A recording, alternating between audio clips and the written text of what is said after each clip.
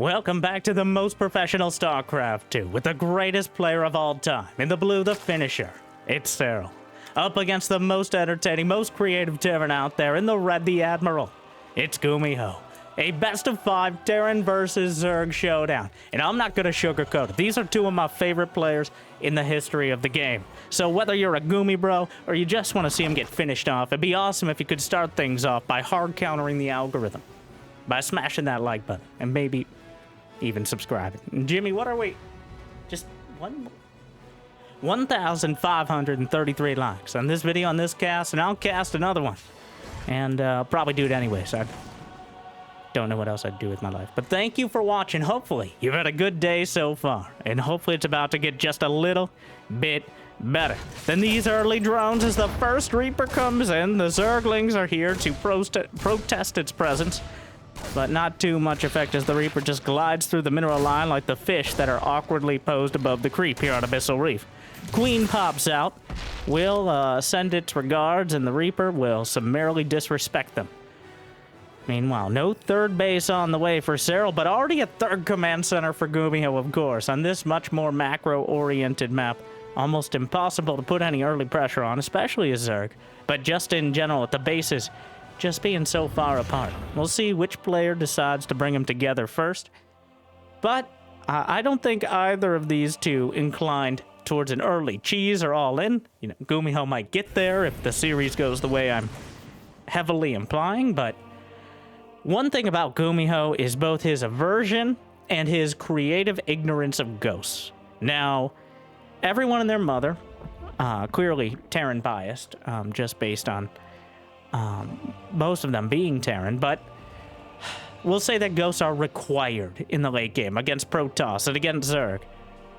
And I might agree with them, but GuMiho has found so many creative ways around the ghost problem. And while it might not always work, part of the reason he's such an entertaining player is he's willing to try new things, even against the best players on the biggest stage. And when it works, or even if it doesn't, it's always entertaining. So, Interference Matrix is on the way with a Viking. That's a fake right there. He's preempting any sort of Overlord flying in, though a Viking is coming out first. So he's going to deny the Overlords, but just in case it's scouted. There's a small chance he actually does go for Interference Matrix. He might be like, isn't that like for siege tanks and Colossi? Technically, Interference Matrix works on Queens, because Queens are psionic units, and Interference Matrix works on psionic. Now, do I think that's a good idea? Of course not. But that doesn't make it not a great idea. Okay. Banshee is on the way, cancels Interference Matrix. Armory in production, 2 more gases, a second and a third factory. GuMiho's taking us to McDonald's, and he's not stopping for anything on the way, besides maybe a couple more gases. So, 4 Sloaches in production. Lairs only just started for Serral. He's consolidating those first 3 bases. GuMiho tried a little bit of a run by, roasted a couple drones, but for the most part, it's pretty clear where we're going. Serral always gets a ling in, but this time, he's boxed out 2 more factories. No, those are the same 2 factories from before. It hasn't been that long since they started. But a reactored starport is coming up. It's battlemech. Oh, it's happening! Jimmy, do we have the thing? Yes. GuMiho's battlemech composition. Cyclones and Hellions. The most mobile way of getting across the... Wait. Thors! Well, that's one way to do it. The Thor hammer drop?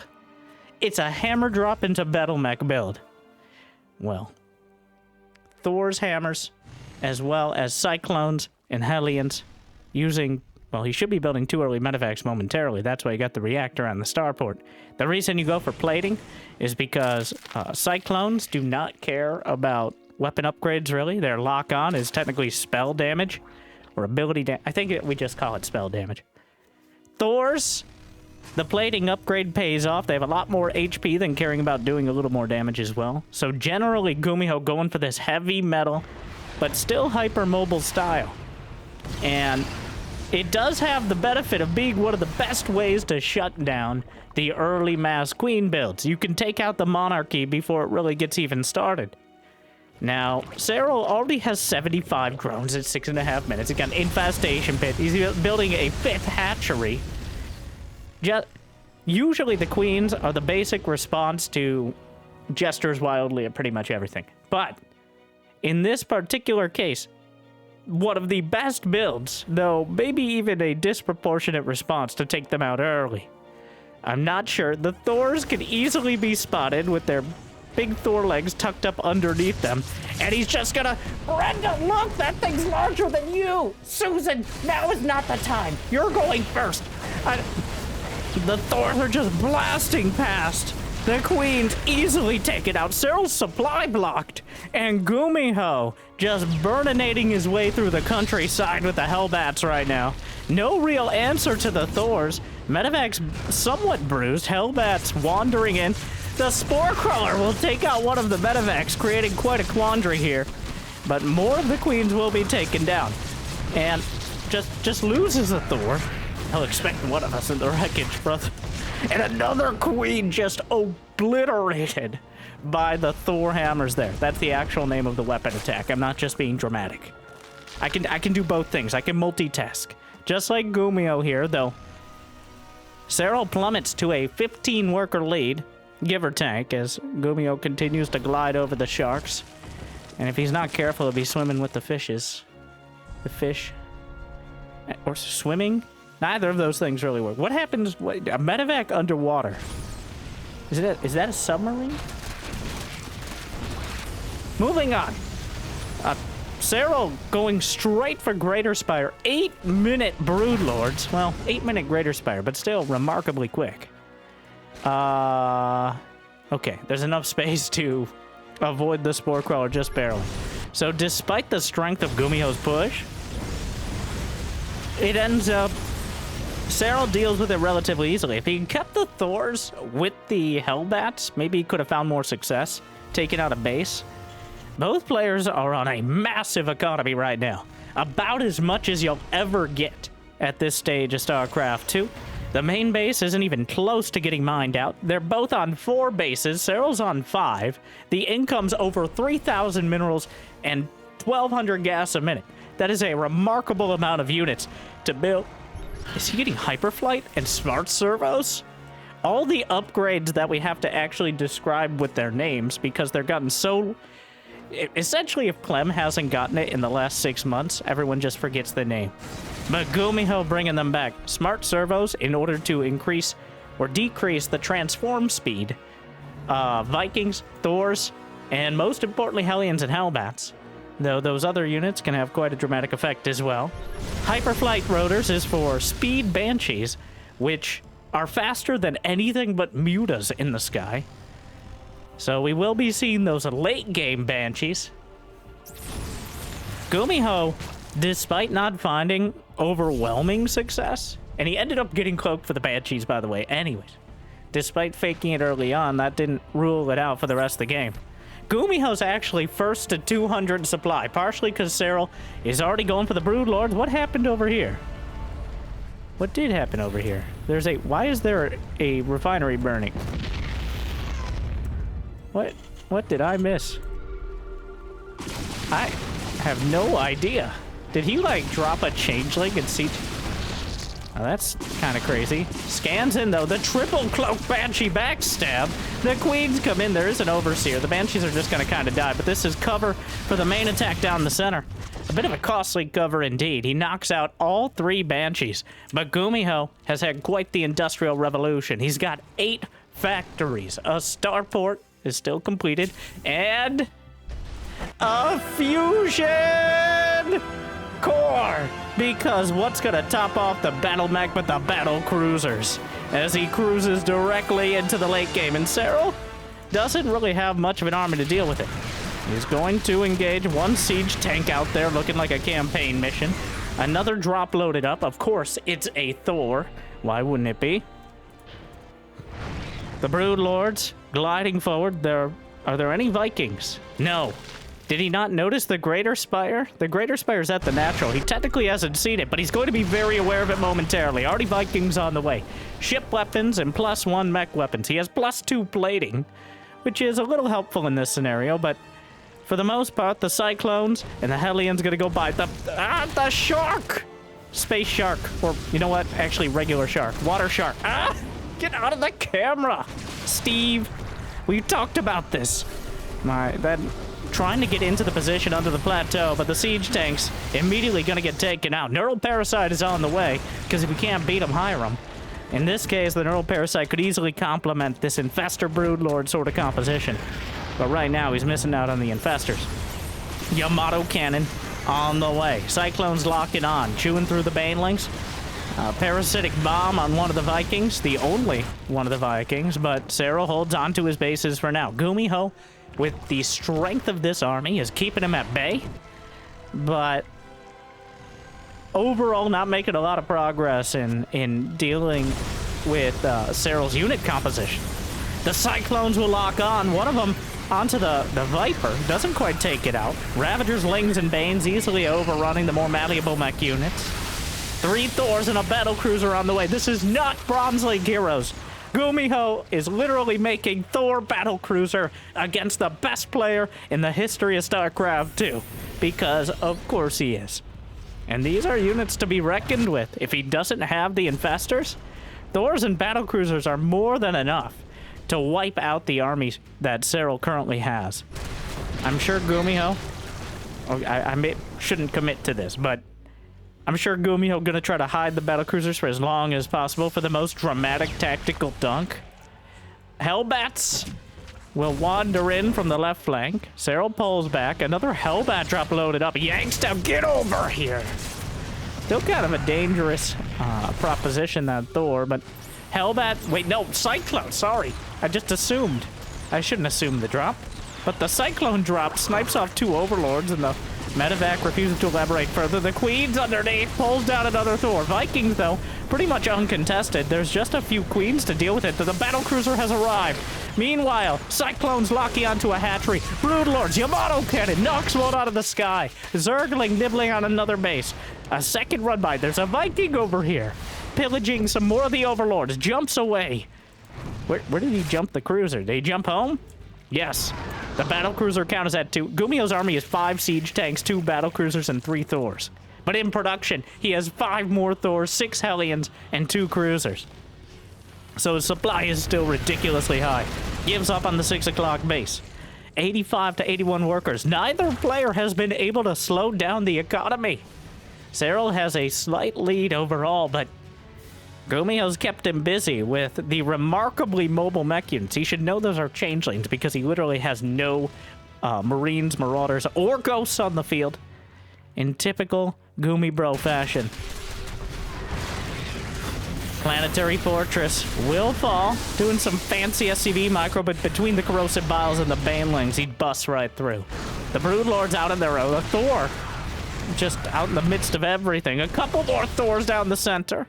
Zoning Broodlord still holding back. Hellions chasing the Ravagers. Pretty sure the Ravagers win that fight, but the Zerglings can get thinned out pretty easily. Few SCVs pulled to repair alongside the main army, and GuMiho is still maxed out with more army supply. A burrowed Zergling lands the base, and despite all the fire and fury, GuMiho manages to keep everything together.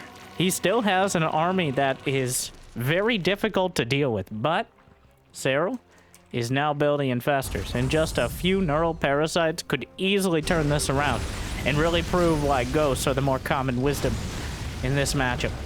The Broodlords, there aren't that many orbitals. 6 orbitals is on the lower side of many late games we've seen.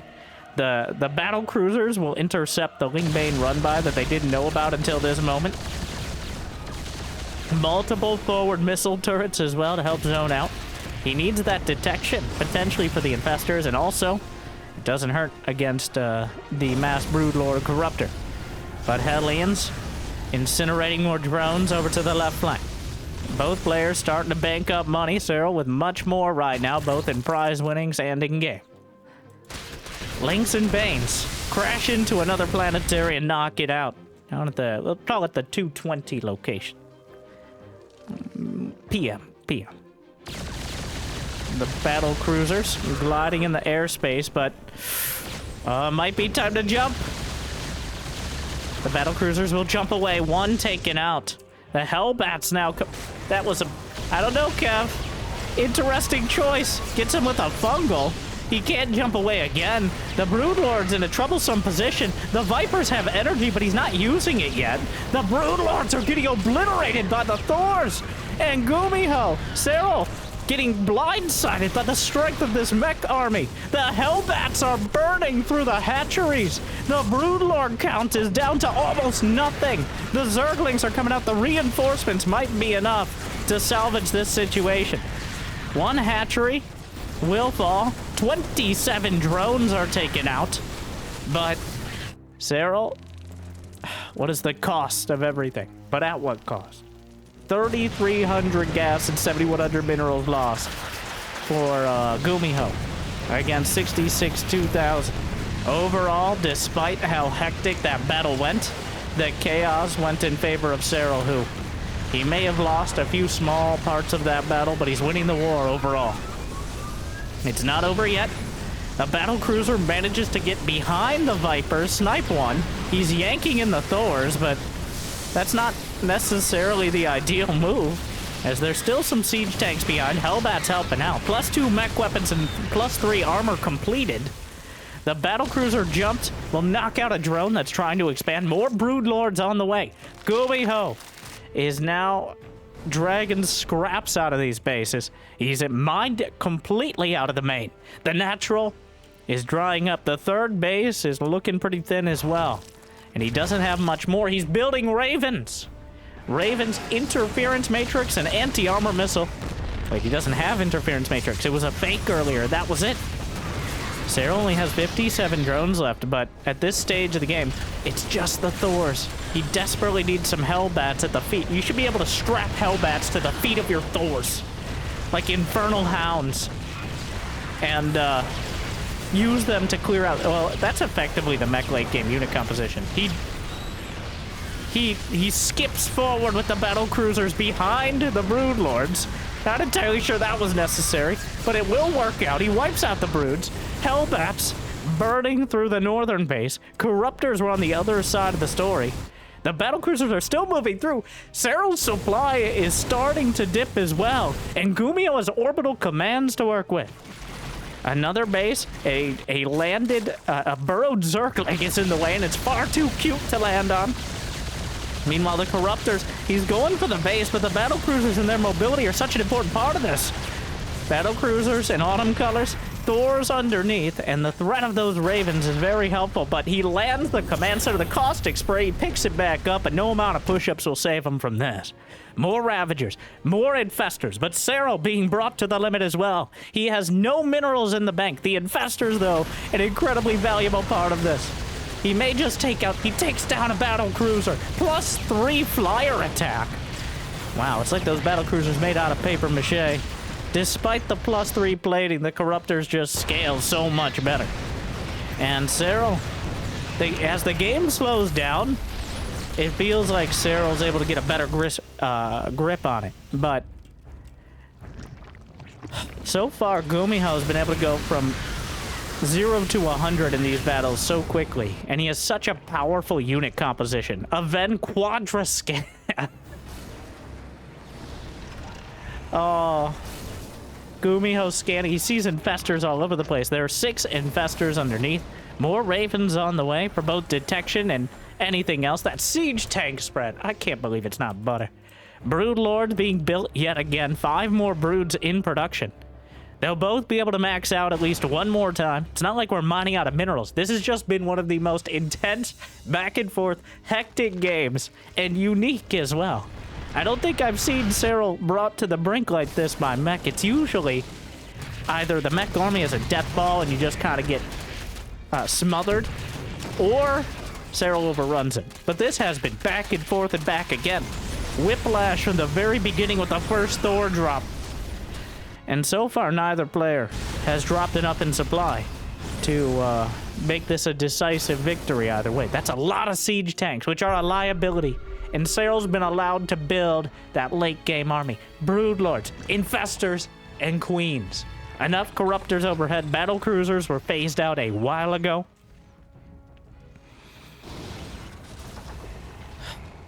Is there even enough anti-air to handle the Broodlords directly, let alone all the support they have? GuMiho, maxed out. Tried to land on a base that Serral's already building a hatchery. The Cyclone's actually very good against the Broods as well. The Queens. Anti-armor missile, not that helpful, but everything helps. Cyclones, a Ravager will ascend to the heavens. As both players near 200 supply. Serral with more in the bank. The tanks are sieging to try to zone the Infestors out, but minimize the potential friendly fire damage from the Broodlords. There are no Corruptors to actually deal with this orbital command floating away. Okay, there are some Corruptors to actually deal with this orbital command floating away. But GuMiho, the last mech Terran. He's maxed out. But the Fuggles! The Broodlords! The Thor is not in high impact mode! Cyclones will lock on to the Broods. The Queen. Why do you guys keep running off? You have one job! Brenda, shut up! Meanwhile, borrows one of the Thors, using it to knock down the Ravens, knocks out another, but the siege tanks adding punishing volleys. Serral, though, able to stall out the army. More clones. He just lands the command center. More scans. Those are GG scans right there. Those are... Am I losing so hard I can just tap out? No, not yet. GuMiho still has enough army supply that if Serral engages poorly, these Infestors don't get the damage done. The corrosive bios will land. The Infestors being targeted. There's auto turret potential. Multiple Thors on the back line. The Infestors try to move forward. He gets a neural parasite out of Thor, but the Infestors obliterated immediately. Another neural parasite, very helpful, but he snipes it with auto turrets. And more auto turrets trying to hold the Broodlords, getting pummeled into oblivion. But more roaches will fill in the supply, and GuMiho's running dry. 190 to 125, and that's it. Serral has held on. It wasn't easy. It wasn't quick. But eventually Serral will bring GuMiho down. GG! What a game! Serral and GuMiho getting so much closer than I thought he would, but about as close as I thought he could. GuMiho avoids the ghosts entirely, makes it... Honestly, if he had interference matrix in order to just use it against the Infestors, if he had completed the fake interference matrix from earlier, there were a few fights there where if he disables the Infestors or Queens, he can turn it around. Auto turrets are not particularly helpful in the later game, but what an incredible game from both of these players. Serral definitely caught off guard by the early Thor hammer drop, but adapting as quickly as you expect from the finisher. GuMiho not being deterred, not after his first, his second, his third, or his fourth attack failed. The fifth one still came out. The sixth one starting to lose some steam. But that brings us to game 2. Whispers of Gold. So, the average YouTube comment section. But Serral with a victory. Not... Now, if you just... Like, oh, Serral. But the details matter. One of my favorite games. Am I biased? Does it matter? Like and subscribe to perpetuate this clear bias for both these players. You know, it's nice. I don't know. It's nice to have 2 players to root for. I'm always completely unbiased. In fact, my objective and modest commentary. I'm not just good at modesty. I think I'm great at it. So. That's what's important in bringing these uncolored and just play-by-play commentaries. But at the same time, okay, let's stop getting around. GuMiho making it look plausible there. I think it's at least 2/3 that he's just not very good with the ghosts. Most Terrans will watch Clem use ghosts and be like, could you stop so we can actually use this unit?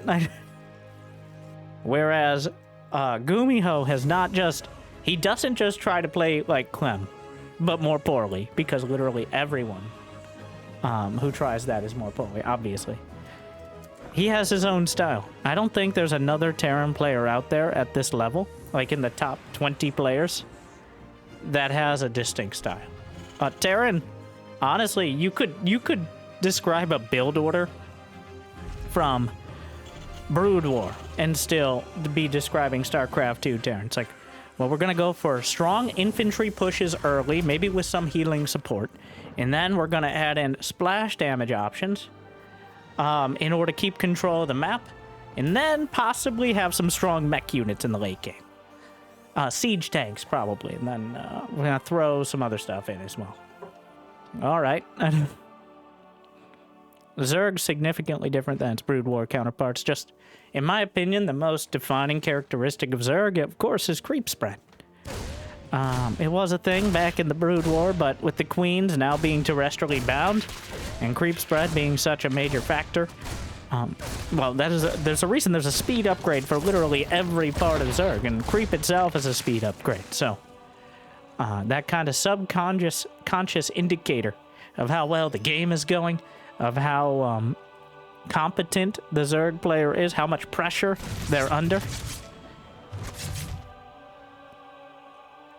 And I think that's why this matchup is iconic, of course. Aliens versus humans. Alien bugs, most importantly, not fancy religious laser sword people. We've already had wars in the stars over that. I know.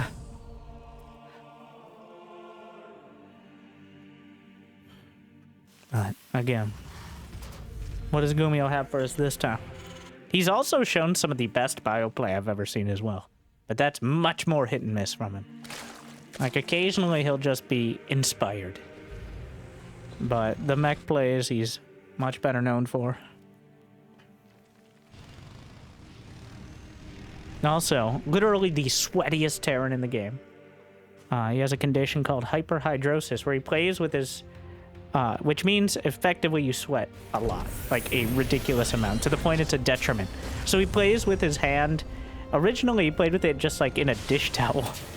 But I saw at the World Cup last year, he had like an oven mitt, which I assume was like a hyper-absorbent thing. Don't want to think about too many details of that. But playing with...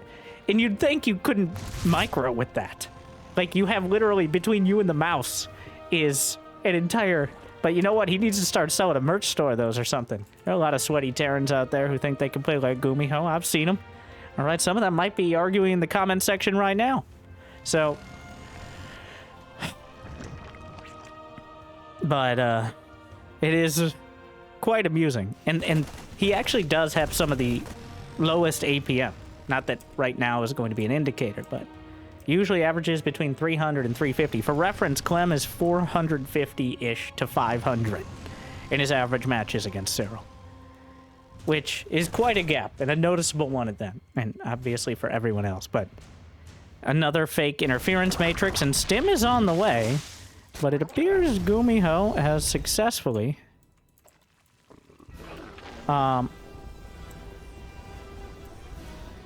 okay, so there's no clear indicator on whether this is mech or not. To Serral. Obviously to us we see the stim pack on the way, but that's not necessarily rule anything out.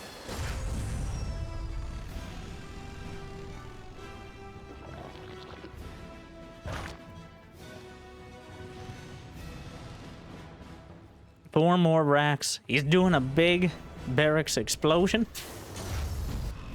Getting a react... Is that reactor for the barracks? Is this just a mass marine play?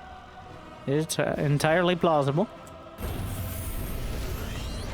Roaches are the choice for Serral. Roaches have become the most common kind of early mid-game. Because if they do end up going mech, you have good options. Zerglings don't always cut it against mass heli and hellbat. And a Raven with the army, by the way, to clear the creep. Another one of those things. The reason you don't usually see Ravens, well, in the later game, they require a tech lab. That's why. They're 150 gas, require a tech lab, require any amount of micro against a player who probably has queens. So Roaches are supposed to counter Hellions, but GuMiho says no. Queen's doing a lot of damage to the Raven, but the auto turret helping soften things up, denies some of the creep. And now siege tanks and 1-1 on the way. A severe advantage for GuMiho when it comes to the upgrades as well. He's going to be over a minute ahead. Terran and Zerg upgrades are the same amount of time at the same level. So you can take a pretty obvious gauge of which player's ahead on upgrades.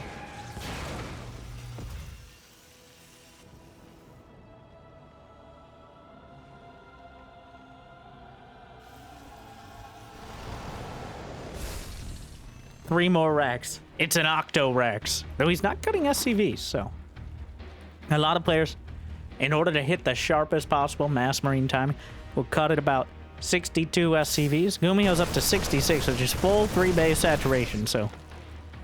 Combat Shield not done yet. 1-1 will actually be done before Combat Shield. He's got his armory lined up. Serral already has a hive halfway done, so he's not slouching on the tech tree on his side of things.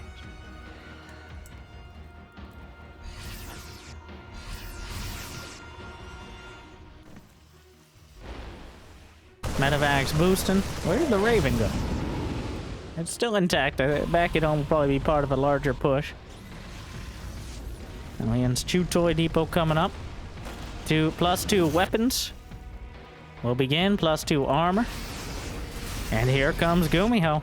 This is a very dangerous push. He's going to have the upgrade advantage for another 30 seconds.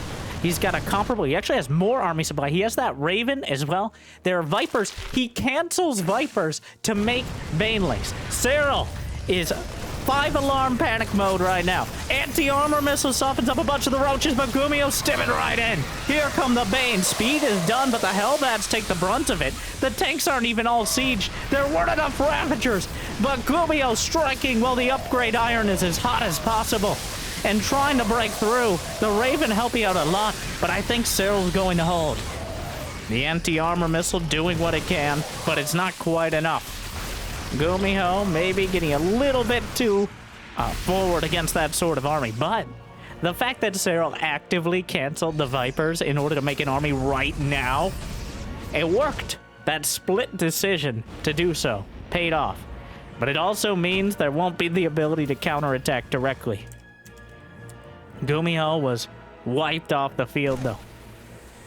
The Overseer taken out. 4th Command Center isn't even done yet. Serral now has Hive Tech. He's getting Adrenal Glands.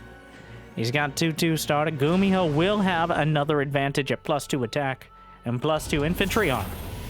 And in fact, it's going to be a wider window than even 1-1. But now Serral will have those Vipers. And Serral's Vipers are second to none. GuMiho clearing what he can off the center. He's got that double drop to the bottom left corner. Oh, and the Banelings roll it in, though. We'll force him back into the medevacs. 4th base, planetary on the way. He's got to make some tough decisions soon. Is he going all in on these 2-2 upgrades? Or is he going to try to just batten down the hatches and turtle it out? He does not have a Ghost Academy on the way. I believe he's still on just 1 factory. 1 starport. It's a pure bio-army composition. M&M. Marines, Marauders, Medevacs, and tanks so far. But Liberators and Mines being added in. 2-2 upgrades are done. This is the best advantage that GuMiho's going to get. But Serral simply has so much on the field. A comfortable creep spread. And a really solid tech. He's got an Ultralisk Cavern on the way. GuMiho trying to do a 2-prong pressure. If he manages to take out the Banelings in any of these compositions, he could easily translate that into a spiraling attack and bleed Serral out. Though, kind of showing his hand by joining up with the rest of the army so early. The Raven has built up more energy, and he's using it while he's scanning anyways, but it is saving him a few scans, which he can throw into mules for his economy.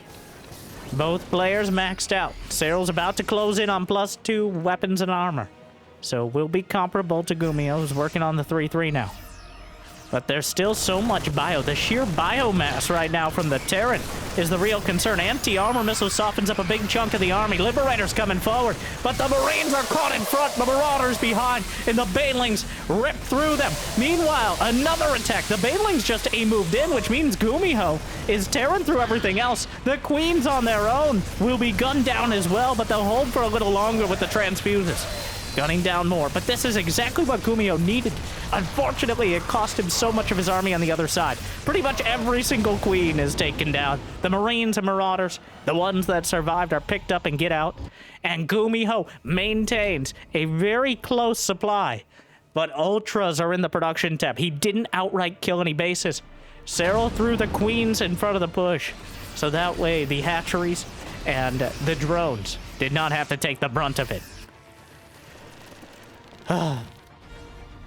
GuMiho keeping the pressure on Serral. Honestly, doing even better than I anticipated. Serral is not making any mistakes, but GuMiho is forcing his hand so often and putting him in such difficult scenarios that Serral is one bad fight away from disaster. Of course, the same can be true for GuMiho. Quarantine's one of the medevacs, but here come the Ultras trundling through. There's no good answer here, but the Raven with anti-armor missile helping out. Chitinous plating completed on the Ultras. A drop at the back, and could just take down. He's going straight for the hatchery, a bit optimistic. The Marauders will be slurped up by the medevac. Still no ghosts from GuMiho. A man of principle. But if he waits too long, he might be a dead man of principle. Parasitic bomb, that medevac doing terrible, terrible damage to its friends, or at least work colleagues. That's what a colleague is. Vipers consuming a hatchery in a precarious position. There's so many Marauders. Liberator coming up. Ravager Corrosive Ball gonna knock out one of the Widow Mines, but there's more behind. But the medevacs taken out by their own mine. It cuts both ways. Another parasitic bomb. The medevac flies by. But the sheer Marauder count is doing so much damage. Marauders getting chewed up by the Ultras now. Fusion Core is on the way, but that's almost certainly for advanced ballistics here. Anti-armor missile, and a big Zergling. Something Serral has been unable to do the entire game, but it could cost GuMiho dearly. The hatchery is saved, and the command center is gutted. 21 SCVs dead. All he needs to do is tap on the door of that hatchery, or whatever sort of orifice it has. Either, that doesn't matter. One or two more shots will take it out. He goes forward. Just kill the hatch, GuMiho. Throw an auto turret. At this point, quite a liability. But GuMiho's down 40 supply. The counterattack did critical damage. It is hard to see. Well, he goes for it. He gets the hatch. It costs him the Marines, but GuMiho darting to the south. 175 to 145 supply, but Serral's closing in on 3-3, and once he draws the upgrades even, GuMiho's going to be in a very tough position. He's been relying on that efficiency to at least compete with Serral's composition. But where are the Vipers? Somehow the Raven has survived throughout all this. A Viper with near full energy. Liberators overlapping. If he can target down the Ultra, this is actually a really uncomfortable position. With that Venn diagram of freedom there. We'll take down the hatchery, but what's back at home to defend? Some Widow Mines helping out a lot, but getting dragged into the Overseer. Usually good, but in this case, the Liberator's helping out. And GuMiho stabilizes a very tentative position. But somehow he lives through the onslaught. The Widow Mines are scattered throughout. Multiple Overseers were taken down. Widow Mines get multiple shots off as well, but Serral's still at 79 drones. This orbital's burning and will just die. He never lifted it, he never repaired it, and it will cost him. GuMiho, the enemy is at the gates. And no amount of Dorito dusting anti-armor missile, parasitic bomb wiping out the medevacs. Serral has divided and conquered. The Ultras will chase the Marauders to the ends of the earth and then leave it to the Zerglings to handle the rest, which they're quite inept at, actually. GuMiho's army supply is still larger than Serral's. A remarkable performance from GuMiho without a single ghost nor academy. But The Ultra count has grown. The Liberators are helpful, but Serral is outmaneuvering him now. It's just too much. He loses the planetary. The income's going to be severely limited. And the economy is everything now. Serral's still mining off of 3 bases comfortably and looking for a 4th one. The Ravagers are really all the ends here. Actually missed the mark, but not enough of them. A couple get taken down simultaneously. More parasitic bombs on both the Liberators and the Medivacs. The Ultras underneath chewing through everything else. And GuMiho will be taken down yet again. A hard-fought battle. GuMiho puts it all on the line. But Serral erases him and brings us to match point. Wow, what a series. I expected Serral versus GuMiho to be good and entertaining. I truly did not expect GuMiho to be going toe-to-toe with Serral in such a back and forth, but here we are. Serral clearly at the advantage if the game slows down, as there's no one better at taking small advantages and prying them into massive ones. But GuMiho, still a dream, a hope, an SCV. Oh, okay. All right. I thought he was going to proxy Rex, but he would have sent out. Well, not much earlier you can send it. It's a 2 Rex Reaper.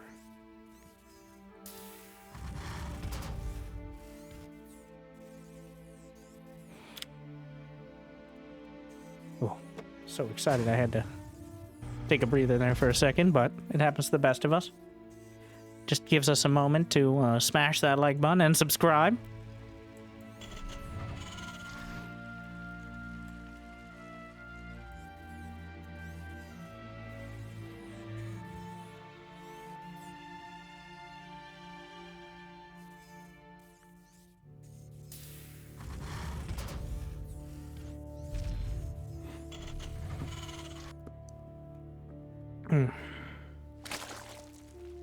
These two playing to their unique strengths. GuMiho with the tactical Terran decision making. Somehow he played the same way with 2 completely different unit compositions. If you just saw the mini map in both games, it looked almost identical, with GuMiho splitting off half of his army to do counterattacks that were remarkably effective, while Serral had to scramble between all the bases, barely able to counterattack at all. GuMiho managed to do the same thing with both the Bio Army and the Mech Army. But Serral eventually held on to his bases, consolidated enough, used those, like just 2 Vipers. His Viper control is... Serral does so many things that sound like they'd be better suited to an accountant's resume than a professional gamer. It's like, oh, the way he manages his larva timings and his inject queues, as well as his creep spread efficiency. You shouldn't have.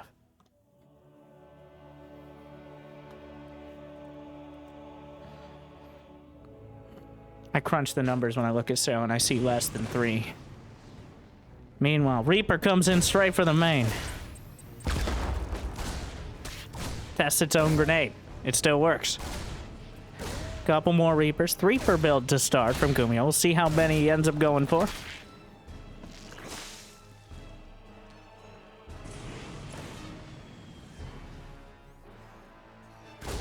Couple command centers behind as well, trying to take full advantage.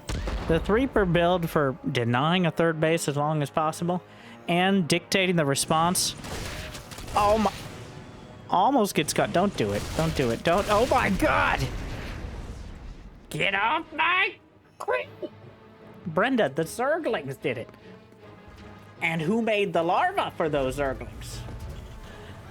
I don't really think you can take credit. Susan, I can take credit for that.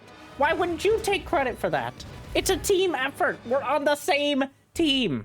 You know, it really doesn't feel that way sometimes, Brenda. Sometimes I feel like you're trying to be team leader, and I'm trying to be a follower. Well, somebody has to be the lead. This is not the time. All right, we're gonna... That Hatchery Owners Association meeting, we're going to have a talk about this. You can talk all you want. I'm a queen of action. Okay, and this action we're taking is too much. This has gone on too long. 3rd base under attack by the Reapers. Roach Warren is on the way, though.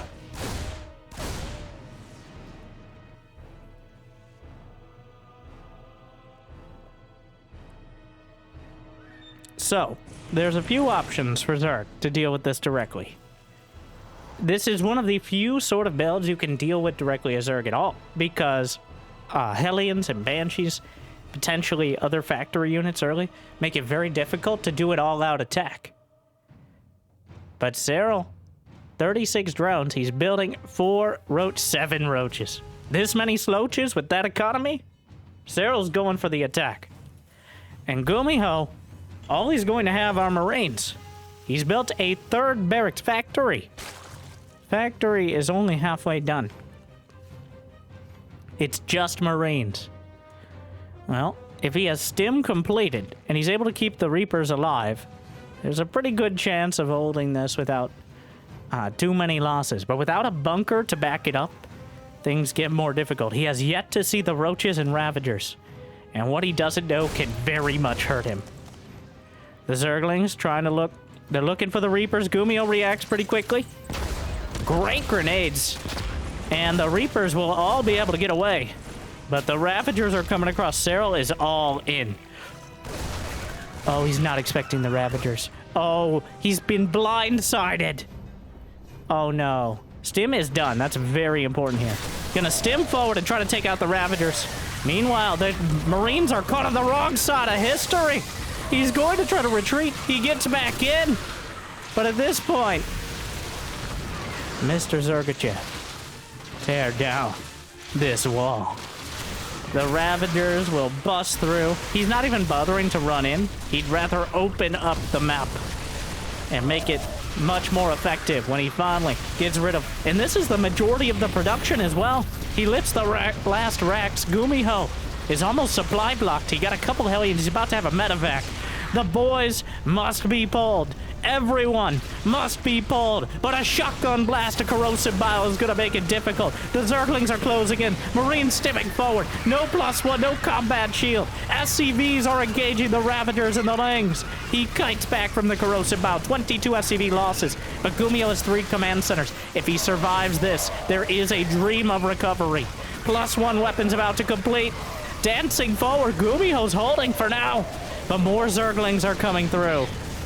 And the Marine count is thinning out so much, he has no production, he has no supply, and no hope. Serral, GG. 3-0. Though I don't think the scoreline defines that match at all. I think that was one of the closest matches. That 3rd game, sure, Serral ran him over. But GuMiho still putting up a strong fight. It wasn't a complete stomp by any means. And 2 games before. That brings us to our anti-spoiler bonus game. You thought this was going to be a 40-minute back and forth, or actually, well, 2 players you might know, and you do recognize. Dark versus Raynor. But wait! Our Protoss player in the bottom right. The 2nd best Zerg in the world. It's Raynor. And, of course, the player ranked #1 in the world by Dark. We have Dark. Spawning a Zerg. So, Raynor has recently preferred to play... I believe at some point, both Dark and Raynor picked Protoss blindly to avoid playing ZVZ. So they ended up playing Protoss versus Protoss, which... I don't know if that's better. But we do have a few moments to talk about GuMiho versus Serral. I am entirely impressed by GuMiho, as always. Serral, on par, maybe a little bit better. Always, like, it's a more mellow impression of Serral. You expect him to be able to handle these unit compositions, but the fact that GuMiho brought him to the brink. But Serral kept his cool. He always got... I come back to the canceling of the Vipers. Sounds like a Renaissance painting, but... Why is there a... okay. Anyways, he canceled the Vipers. He built a bunch of Banelings. That was cool. It's a proxy hatch from Dark. I did not. I just saw Dark versus Raider, Zerg versus Protoss as like a one-off, and we threw it in. But I don't know what I expected. But here we are.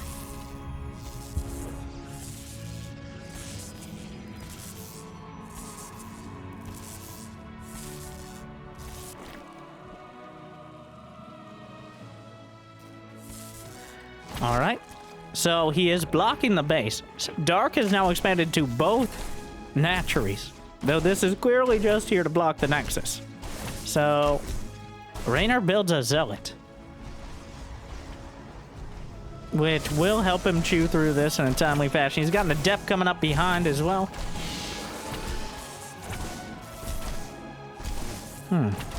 Brings down a few more probes in order to make sure it dies before you can get anything out of it. Stargate is on the way behind. Dark is just going to go take a third hatchery, it looks like. The drone actually manages to cancel and then mineral walk out to the point he's going to get a scout on the Stargate, which is pretty huge. The Zealot will more slowly, yet menacingly, like a horror movie villain, gonna chase down the drone. Maybe if the drone slips, it will fall. Or if it just takes a wrong turn somewhere. So, awkward start. Dark spending a lot of both time and minerals to interrupt Raynor's build. But was it worth it? He uses the Zerglings to wrap around and rip apart an Adept.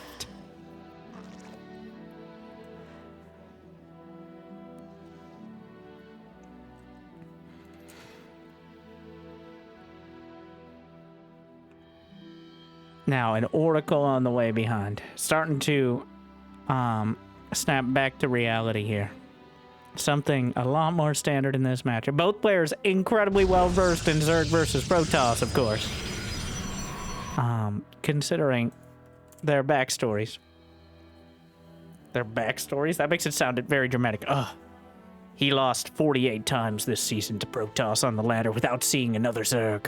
One more won't change anything, but is an opportunity for redemption. And then that's how we get PvP matches. The Queen's gonna drive away the Oracle. Twilight Council behind, no Forge. So, could be looking at an Adept Glaives timing, especially considering there's no gas at the natural yet for Raynor. Though, again, all the timings are a bit more convoluted based on Dark's early opener here. There's the Glaives. All right, 50 Shades with Glaives is the choice. A classic tactic. It's an old build, but it checks out. Raynor gonna head out for the third Nexus. Dark with an Evolution Chamber on the way. Likely for +1 melee. No Roach One, no nothing like that. His economy isn't massive. 44 to 35 workers. The Oracle's overhead, and while it's still there on this side of the map, is he gonna... Is it worth it? Dark. If he had gotten the surround, I think he would have eaten the severe Zergling. Well, he's gonna eat the Zergling losses anyways, which is kind of unfortunate. But +1 melee on the way. Adept Glaives is halfway done. Raynor only has 3 gates, so he can't warp in an overwhelming amount of Adepts, but even 2 Adepts can be an existential threat to the entire Zerg economy. So they're not to be underestimated.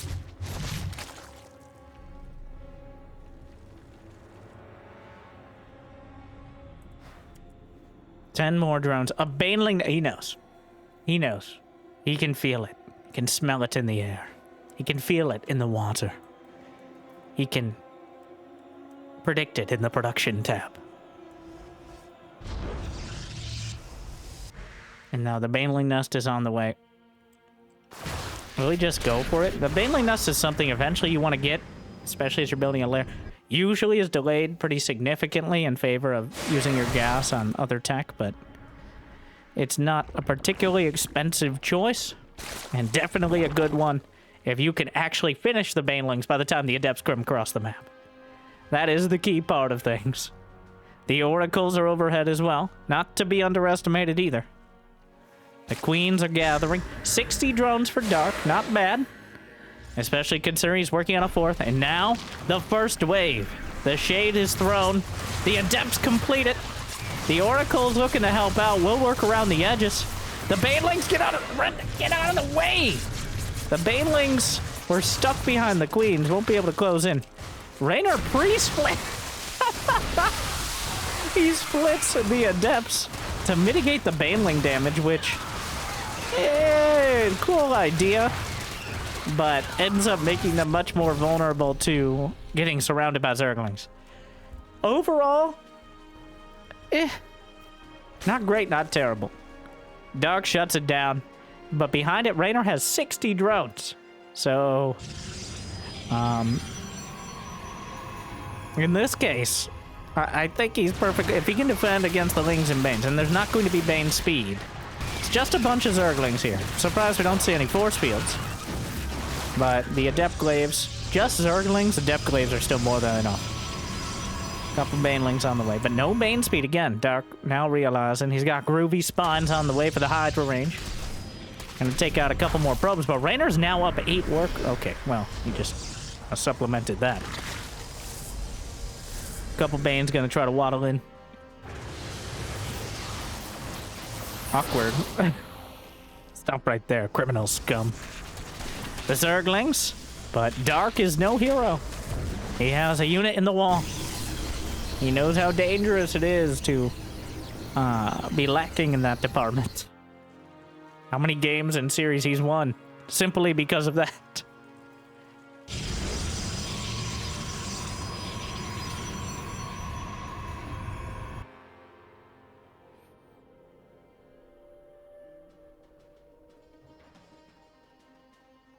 Five Hydras. Dark following this up with a Hydra Ling Bane timing.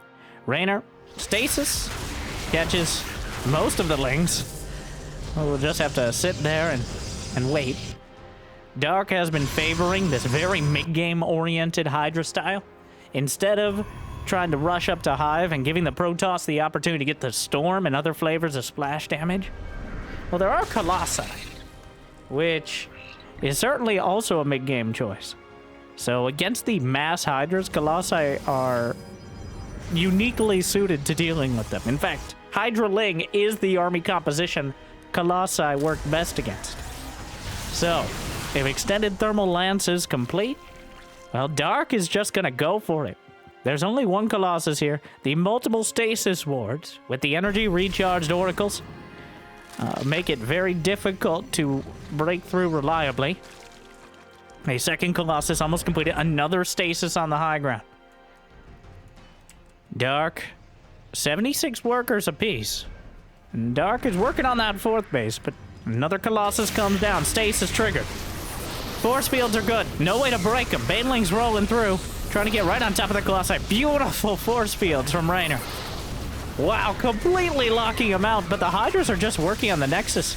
10 probes dead at the 4th base. He's going to kill the Nexus, though. And that limits the economy and actually supply blocks Raynor. So Dark, Infestation Pit is on the way. Raynor already recovered with the probe so quickly. Dark is now on 5 bases to 3, though.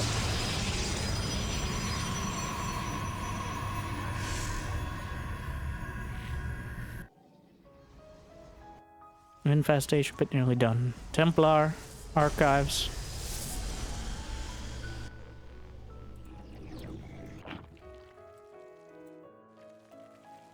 Where's the Hive Dunk?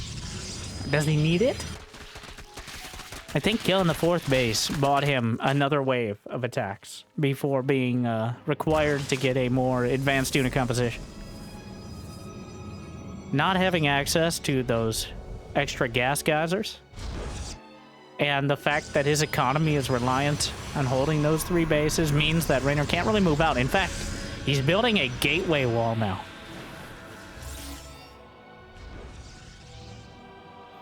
Dark is nearly maxed out. Hive has begun. The porcupine style of defense.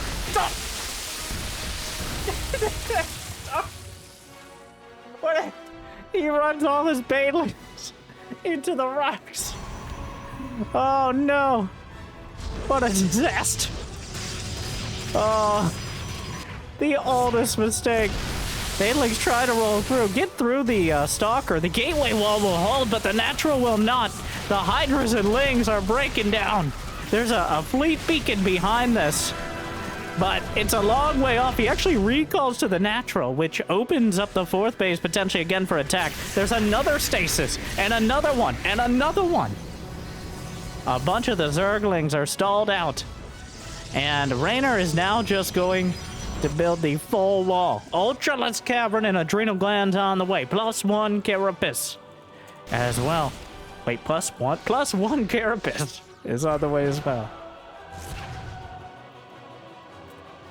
Storm is being added in. The Changeling is inside the house. Another stasis. A good setup at the fourth, but the natural is actually still quite vulnerable.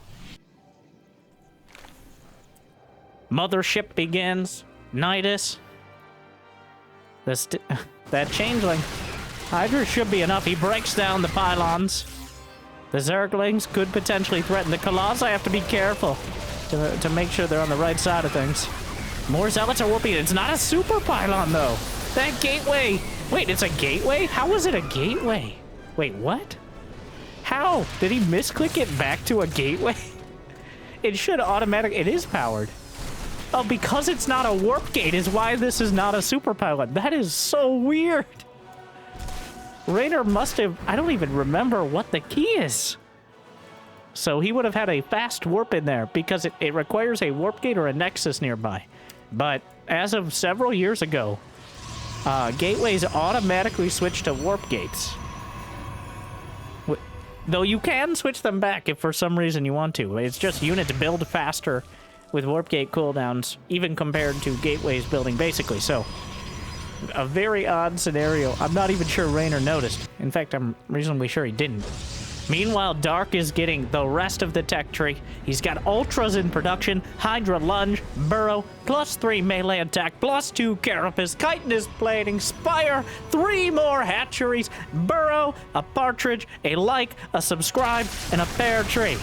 The base down the center, ripped apart by the Zerglings. He's more than willing to throw them away. He'll continue to do so. Nidus in the main. Are there lurkers? No, it's just going to be Zerglings. He traps in a bunch of the units. Raynor is maxed out. The mothership helping out. More Zerglings streaming through. And finally, not a single stasis to deal with. The Nidus was dealt with. But the probes are on the run. As 6 more Ultras on the way. Mass Ultralisk. Raynor's holding. It truly feels like Dark somehow has 100 more supply here, but he doesn't. In fact, Raynor has more army supply. But can he ever move out of his base? That gateway is still hilarious. A Nidus? A force field Nidus! It's not going to be too meaningful here, but what a play. Lunges away, adding more and more Ultras. At some point, Raynor will have to come across the map, and at that point is when Dark is going to try to crush him. The Zealots will stand tall and be ripped down. Raynor expanding to the center. The Ultras, 9 Ultralisks, using Raynor's own strategies against him. 9 Ultralisks on the field.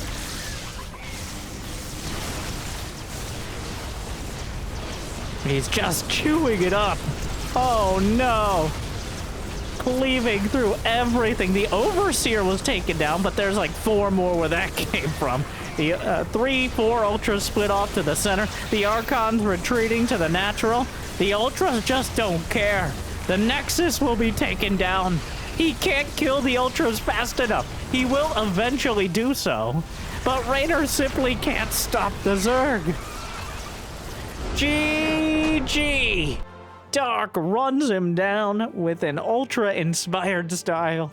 Raynor never able to get out of his base past the early shades. Dark taking control of the situation and proving that Zerg still has a shot against the Protoss. Well, a good set of matches for Zerg today, but I certainly hope that you enjoyed. These are some of my favorite games of this year. In fact, that might be our clickbait title. I don't know. We'll see where we end up. But thank you so much for watching. I truly hope you enjoyed. Thank you to the Masters Coliseum 8 for putting on these games. Always loving the community tournaments. Make sure to check it out in the future if you get an opportunity. Otherwise, I'll see you next time. If you got the means of motivation, be also check out Patreon or YouTube membership. Thank you to our Mule tier patrons for so many minerals. Big Jiggy Dork, Mario, and but I hear liking and subscribing is still free, at least for now. So thank you for watching. Good luck, have fun. I'll see you next time. Hope I made your day a little bit better. Stay chill.